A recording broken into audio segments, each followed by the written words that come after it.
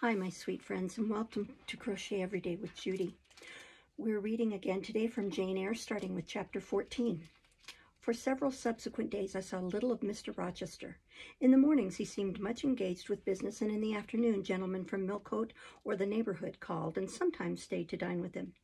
When his brain was well enough to admit of horse exercise, he rode out a good deal, probably to return these visits, as he generally did not come back till late at night. During this interval, even Adele was seldom sent for to his presence, and all my acquaintance with him was confined to an occasional rencontre in the hall, on the stairs, or in the gallery, when he would sometimes pass me haughtily and coldly, just acknowledging my presence by a distant nod or a cool glance, and sometimes bow and smile with gentlemanlike affability. His changes of mood did not offend me, because I saw that I had nothing to do with their alternation. The ebb and flow depended on causes quite disconnected with me. One day he had had company to dinner and had sent for my portfolio, in order, doubtless, to exhibit its contents.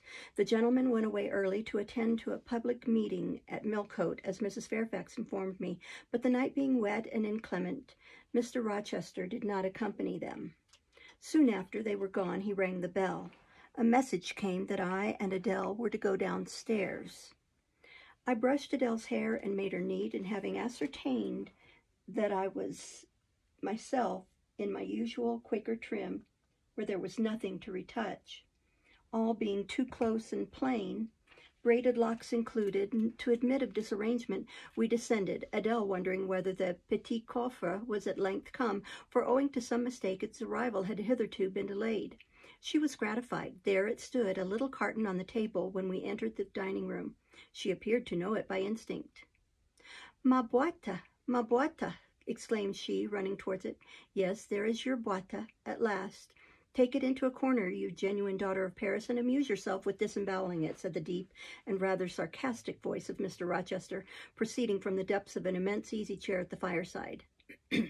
And mind, he continued, don't bother me with any details of the anatomical process, or any notice of the condition of the entrails. Let your operation be conducted in silence. Tiens-toi tranquille, enfant. Comprends-tu? Adele seemed scarcely to need the warning. She had already retired to a sofa with her treasure, and was busy untying the cord which secured the lid. Having removed this impediment and lifted certain silvery envelopes of tissue paper, she merely exclaimed, "Oh, ciel, que c'est beau!" and then remained absorbed in ecstatic contemplation. "Is Miss Eyre there?" now demanded the master, half rising from his seat to look round to the door near which I still stood. "Ah, well, come forward, be seated here." He drew a chair near his own. "I am not fond of the prattle of children," he continued, "for old bachelor as I am, I have no pleasant associations connected with their lisp. It would be intolerable to me to pass a whole evening tete-a-tete with a brat. Don't draw that chair farther off, Miss Eyre. Sit down exactly where I placed it, if you please, that is. Confound these civilities. I continually forget them. Nor do I particularly affect simple-minded old ladies. By the by, I must have mine in mind. It won't do to neglect her. She is a Fairfax, or wed to one, and blood is said to be thicker than water." He rang and dispatched an invitation to Mrs. Fairfax, who soon arrived, knitting basket in hand. "Good evening, madam. I sent to you for a charitable purpose. I have forbidden Adele to talk to me about her presence, and she is bursting with repletion. Have the goodness to serve as her auditress and interlocutress.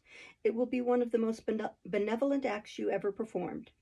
Adele, indeed, no sooner saw Mrs. Fairfax than she summoned her to her sofa, and there quickly filled her lap with the porcelain, the ivory, the waxen contents of her boîte, pouring out, meantime, explanations and raptures in such broken English as she was mistress of. "Now I have performed the part of a good host," pursued Mr. Rochester, "put my guests into the way of amusing each other. I ought to be at liberty to attend to my own pleasure. Miss Eyre, draw your chair still a little farther forward. You are yet too far back. I cannot see you without disturbing my position in this comfortable chair, which I have no mind to do." I did as I was bid, though I would much rather have remained somewhat in the shade, but Mr. Rochester had such a direct way of giving orders, it seemed a matter of course to obey him promptly. We were, as I have said, in the dining room. The lustre, which had been lit for dinner, filled the room with a festal breadth of light. The large fire was all red and clear. The purple curtains hung rich and ample before the lofty window and loftier arch. Everything was still, save the subdued chat of Adele. She dared not speak loud, and filling up each pause the beating of winter rain against the panes. Mr. Rochester, as he sat in his damask-covered chair, looked different to what I had seen him look before, not quite so stern, much less gloomy. There was a smile on his lips, and his eyes sparkled, whether with wine or not, I am not sure, but I think it very probable. He was, in short, in his after-dinner mood, more expanded and genial, and also more self-indulgent than the frigid and rigid temper of the morning. Still, he looked preciously grim, cushioning his massive head against the swelling back of his chair and receiving the light of the fire on his granite-hewn features, and in his great dark eyes, for he had great dark eyes, and very fine eyes, too, not without a certain change in their depth sometimes, which, if it was not softness, reminded you at least of that feeling. He had been looking 2 minutes at the fire, and I had been looking the same length of time at him, when, turning suddenly, he caught my gaze fastened on his physiognomy. "You examine me, Miss Eyre," he said. "Do you think me handsome?" I should, if I had deliberated, have replied to this question by something conventionally vague and polite, but the answer somehow slipped from my tongue before I was aware. "No, sir." "Ah, by my word, there is something singular about you," said he. "You have the air of a little nonnette, quaint, quiet, grave, and simple, as you sit with your hands before you, and your eyes, generally bent on the carpet, except, by the by, when they are directed piercingly to my face, as just now, for instance, and when no one asks you a question or makes a remark to which you are obliged to reply, you rap out a round rejoinder, which, if not blunt, is at least brusque. What do you mean by it?" "Sir, I was too plain. I beg your pardon. I ought to have replied that it was not easy to give an impromptu answer to a question about appearances, that tastes mostly differ, and that beauty is of little consequence, or something of that sort." "You ought to have replied no such thing. Beauty of little consequence indeed, and so under pretense of softening the previous outrage, of stroking and soothing me into placidity, you stick a sly penknife under my ear. Go on. What fault do you find with me, pray? I suppose I have all my limbs and all my features like any other man?" "Mr. Rochester, allow me to disown my first answer. I intended no pointed repartee. It was only a blunder." "Just so, I think so, and you shall be answerable for it. Criticize me. Does my forehead not please you?" He lifted up the sable waves of hair which lay horizontally over his brow, and showed a solid enough mass of intellectual organs, but an abrupt deficiency where the suave sign of benevolence should have risen. "Now, ma'am, am I a fool?" "Far from it, sir. You would, perhaps, think me rude if I inquired in return whether you are a philanthropist?" There again, another stick of the penknife when she pretended to pat my head, and that is because I said I did not like the society of children and old women, low be it spoken. "No, young lady, I am not a general philanthropist, but I bear a conscience," and he pointed to the prominences which are said to indicate that faculty, and which, fortunately for him, were sufficiently conspicuous, giving indeed a marked breadth to the upper part of his head. "And besides, I once had a kind of rude tenderness of heart. When I was as old as you, I was a feeling fellow enough, partial to the unfledged, unfostered, and unlucky. But fortune has knocked me about since. She has even kneaded me with her knuckles, and now I flatter myself I am hard and tough as an India-rubber ball, pervious, though, through a chink or two still, and with one sentient point in the middle of the lump. Yes, does that leave hope for me?" "Hope of what, sir?" "Of my final retransformation from India-rubber back to flesh." Decidedly, he has had too much wine, I thought, and I did not know what answer to make to his queer question. How could I tell whether he was capable of being retransformed? "You look very much puzzled, Miss Eyre, and though you are not pretty any more than I am handsome, yet a puzzle there becomes you. Besides, it is convenient, for it keeps those searching eyes of yours away from my physiognomy, and busies them with the worsted flowers of the rug. So puzzle on. Young lady, I am disposed to be gregarious and communicative tonight." With this announcement, he rose from his chair and stood, leaning his arm on the marble mantelpiece. In that attitude, his shape was seen plainly as well as his face, his unusual breadth of chest, disproportionate almost to his length of limb. I am sure most people would have thought him an ugly man, yet there was so much unconscious pride in his port, so much ease in his demeanor, such a look of complete indifference to his own external appearance, so haughty a reliance on the power of other qualities, intrinsic or adventitious, to atone for the lack of mere personal attractiveness, that in looking at him one inevitably shared the indifference, and even in a blind, imperfect sense, put faith in the confidence. "I am disposed to be gregarious and communicative tonight," he repeated, "and that is why I sent for you. The fire and the chandelier were not sufficient company for me, nor would Pilate have been, for none of these can talk. Adele is a degree better, but still far below the mark. Mrs. Fairfax, ditto. You, I am persuaded, can suit me if you will. You puzzled me the first evening I invited you down here. I have almost forgotten you since. Other ideas have driven yours from my head. But tonight I am resolved to be at ease, to dismiss what importunes and recall what pleases. It would please me now to draw you out, to learn more of you. Therefore, speak. Instead of speaking, I smiled, and not a very complacent or submissive smile either. Speak, he urged. What about, sir? Whatever you like. I leave both the choice of subject and the manner of treating it entirely to yourself. Accordingly, I sat and said nothing. If he expects me to talk for the mere sake of talking and showing off, he will find he has addressed himself to the wrong person, I thought. You are dumb, Miss Eyre. I was dumb still. He bent his head a little toward me, and with a single hasty glance seemed to dive into my eyes. Stubborn, he said, and annoyed. Ah, it is consistent. I put my request in an absurd, almost insolent form. Miss Eyre, I beg your pardon. The fact is, once for all, I don't wish to treat you like an inferior. That is, correcting himself, I claim only such superiority as must result from 20 years' difference in age and a century's advance in experience. This is legitimate, as Adele would say, and it is by virtue of this superiority and this alone that I desire you to have the goodness to talk to me a little now and divert my thoughts, which are galled with dwelling on one point, cankering as a rusty nail. He had deigned an explanation, almost an apology, and I did not feel insensible to his condescension, and would not seem so. I am willing to amuse you, if I can, sir, quite willing, but I cannot introduce a topic, because how do I know what will interest you? Ask me questions, and I will do my best to answer them. Then, in the first place, do you agree with me that I have a right to be a little masterful, abrupt, perhaps exacting sometimes on the grounds I stated, namely that I am old enough to be your father, and that I have battled through a varied experience with many men of many nations, and roamed over half the globe, while you have lived quietly with one set of people in one house? Do as you please, sir. That is no answer, or rather it is a very irritating, because a very evasive one. Reply clearly. I don't think, sir, you have a right to command me merely because you are older than I, or because you have seen more of the world than I have. Your claim to superiority depends on the use you have made of your time and experience. Promptly spoken. But I won't allow that, seeing that it would never suit my case, as I have made an indifferent, not to say a bad, use of both advantages. Leaving superiority out of the question, then you must still agree to receive my orders now and then without being piqued or hurt by the tone of command. Will you? I smiled. I thought to myself, Mr. Rochester is peculiar. He seems to forget that he pays me £30 per annum for receiving his orders. The smile is very well, said he, catching instantly the passing expression, but speak too. I was thinking, sir, that very few masters would trouble themselves to inquire whether or not their paid subordinates were piqued and hurt by their orders. Paid subordinates? What? You are my paid subordinate, are you?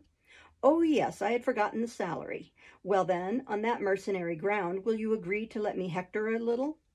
No, sir, not on that ground, but on the ground that you did forget it, and that you care whether or not a dependent is comfortable in his dependency, I agree heartily. And will you consent to dispense with a great many conventional forms and phrases without thinking that the omission rises from insolence? I am sure, sir, I should never mistake informality for insolence. One I rather like, the other nothing freeborn would submit to, even for a salary. Humbug. Most things freeborn will submit to anything for a salary. Therefore, keep to yourself and don't venture on generalities of which you are intensely ignorant. However, I mentally shake hands with you for your answer, despite its inaccuracy, and as much for the manner in which it was said as for the substance of the speech. The manner was frank and sincere. One does not often see such a manner. No, on the contrary, affectation or coldness or stupid, coarse-minded misapprehension of one's meaning are the usual rewards of candor. Not 3 in 3,000 raw schoolgirl governesses would have answered me as you have just done. But I don't mean to flatter you. If you are cast in a different mold to the majority, it is no merit of yours. Nature did it. And then, after all, I go too fast in my conclusions. For what I yet know, you may be no better than the rest. You may have intolerable defects to counterbalance your few good points. And so may you, I thought. My eye met his as the idea crossed my mind. He seemed to read the glance, answering as if its import had been spoken as well as imagined. Yes, you are right, said he. I have plenty of faults of my own. I know it, and I don't wish to palliate them, I assure you. God, what I need, not be too severe about others. I have a past existence, a series of deeds, a color of life to contemplate within my own breast, which might well call my sneers and censures from my neighbors to myself. I started, or rather, for like other defaulters, I like to lay half the blame on ill fortune and adverse circumstances. But I might have been very different. I might have been as good as you, wiser, almost as stainless. I envy you, your peace of mind, your clean conscience, your unpolluted memory. Little girl, a memory without blot or contamination must be an exquisite treasure, an inexhaustible source of pure refreshment, is it not? How was your memory when you were 18, sir? All right, then, limpid, salubrious. No gush of bilge water had turned it to fetid puddle. I was your equal at 18, quite your equal.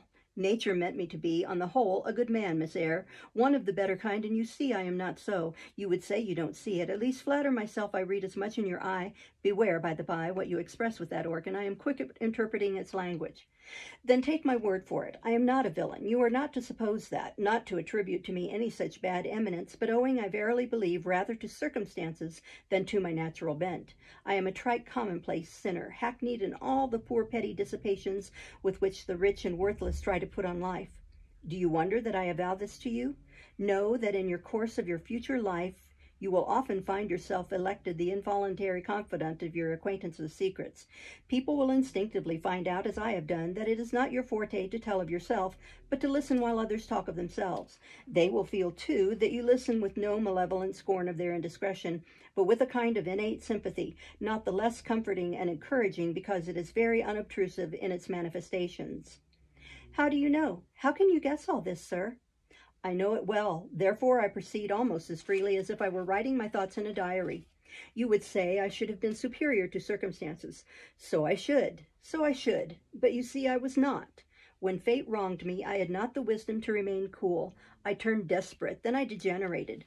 Now, when any vicious simpleton excites my disgust by his paltry ribaldry, I cannot flatter myself that I am better than he. I am forced to confess that he and I are on a level. I wish I had stood firm. God knows I do. Dread remorse when you are tempted to err, Miss Eyre. Remorse is the poison of life. Repentance is said to be its cure, sir. It is not its cure. Reformation may be its cure, and I could reform. I have strength yet for that. But where is the use of thinking of it, hampered, burdened, cursed as I am? Besides, since happiness is irrevocably denied me, I have a right to get pleasure out of life, and I will get it, cost what it may. Then you will degenerate still more, sir. Possibly, yet why should I if I can get sweet, fresh pleasure? And I may get it as sweet and fresh as the wild honey the bee gathers on the moor. It will sting. It will taste bitter, sir. How do you know? You never tried it. How very serious, how very solemn you look, and you are as ignorant of the matter as this cameo head, taking one from the mantelpiece. You have no right to preach to me, you neophyte, that have not passed the porch of life and are absolutely unacquainted with its mysteries. I only remind you of your own words, sir. You said error brought remorse, and you pronounced remorse the poison of existence. And who talks of error now? I scarcely think the notion that flittered across my brain was an error. I believe it was an inspiration rather than a temptation. It was very genial, very soothing, I know that. Here it comes again. It is no devil, I assure you, or if it be, it has put on the robes of an angel of light. I think I must admit so fair a guest when it asks entrance to my heart. Distrust it, sir. It is not a true angel. Once more, how do you know? By what instinct do you pretend to distinguish between a fallen seraph of the abyss and a messenger from the eternal throne, between a guide and a seducer? I judged by your countenance, sir, which was troubled when you said the suggestion had returned upon you. I feel sure it will work you more misery if you listen to it. Not at all. It bears the most gracious message in the world. For the rest, you are not my conscience keeper, so don't make yourself uneasy. Here, come in, bonny wanderer. He said this as if he spoke to a vision, viewless to any eye but his own. Then folding his arms, which he had half extended on his chest, he seemed to enclose in their embrace the invisible being. Now, he continued, again addressing me, I have received the pilgrim, a disguised deity, as I verily believe. Already it has done me good. My heart was a sort of charnel. It will now be a shrine. To speak truth, sir, I don't understand you at all. I cannot keep up the conversation because it has got out of my depth. Only one thing I know. You said you were not as good as you should like to be, and that you regretted your own imperfection. One thing I can comprehend, you intimated that to have a sullied memory was a perpetual bane. It seems to me that if you tried hard, you would in time find it possible to become what you yourself would approve, and that if from this day you began with resolution to correct your thoughts and actions, you would in a few years have laid up a new and stainless store of recollections to which you might revert with pleasure. Justly thought, rightly said, Miss Eyre, and at this moment I am paving hell with energy. Sir? I am laying down good intentions which I believe durable as flint. Certainly my associates and pursuits shall be other than they have been. And better? And better, so much better as pure ore is than foul dross. You seem to doubt me. I don't doubt myself. I know what my aim is, what my motives are, and at this moment I pass a law unalterable as that of the Medes and Persians, that both are right. They cannot be, sir, if they require a new statute to legalize them. They are, Miss Eyre, though they absolutely require a new statute. Unheard of combinations or circumstances demand unheard of rules. That sounds a dangerous maxim, sir, because one can see at once that it is liable to abuse. Sententious sage, so it is, but I swear by my household gods not to abuse it. You are human and fallible. I am, so are you. What then? The human and fallible should not arrogate a power with which the divine and perfect alone can be safely entrusted. What power? That of saying of any strange, unsanctioned line of action, let it be right.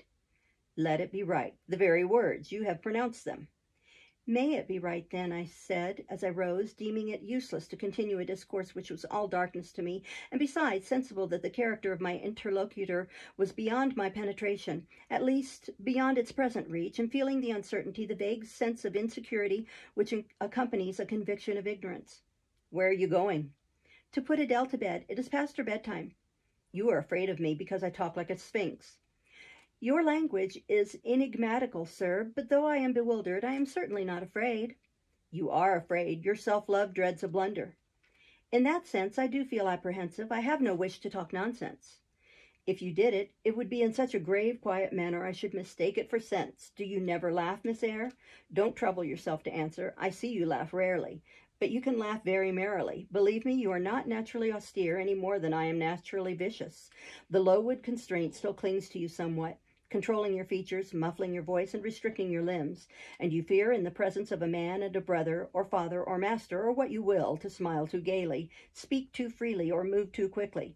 But in time, I think you will learn to be natural with me, as I find it impossible to be conventional with you, and then your looks and movements will have more vivacity and variety than they dare offer now. I see at intervals the glance of a curious sort of bird through the close-set bars of a cage. A vivid, restless, resolute captive is there. Were it but free, it would soar cloud high. You are still bent on going? It has struck 9, sir. Never mind. Wait a minute. Adele is not ready to go to bed yet. My position, Miss Eyre, with my back to the fire and my face to the room, favors observation. While talking to you, I have also occasionally watched Adele. I have my own reasons for thinking her a curious study, reasons that I may, nay, that I shall, impart to you some day. She pulled out of her box about 10 minutes ago a little pink silk frock. Rapture lit her face as she unfolded it. Coquetry runs in her blood, blends with her brains, and seasons the marrow of her bones. Il faut que je la sais, cried she, at l'instant même, and she rushed out of the room. She is now with Sophie, undergoing a robing process. In a few minutes she will re-enter, and I know what I shall see, a miniature of Céline Varens, as she used to appear on the boards at the rising of... But never mind that. However, my tenderest feelings are about to receive a shock. Such is my presentiment. Stay now to see whether it will be realized. Ere long, Adele's little foot was heard tripping across the hall. She entered, transformed as her guardian had predicted. A dress of rose-colored satin, very short and as full in the skirt as it could be gathered, replaced the brown frock she had previously worn. A wreath of rosebuds circled her forehead. Her feet were dressed in silk stockings and small white satin sandals. Est-ce que ma robe va bien? Cried she, bounding forward. Et mes souliers? Et mes basses? Tenez, je crois que je vais danser. And spreading out her dress, she chassed across the room, till having reached Mr. Rochester, she wheeled lightly round before him on tiptoe, then dropped on one knee at his feet, exclaiming, Monsieur, je vous remercie mille fois de votre bonté. Then rising, she said, C'est comme cela que maman faisait, n'est-ce pas, monsieur?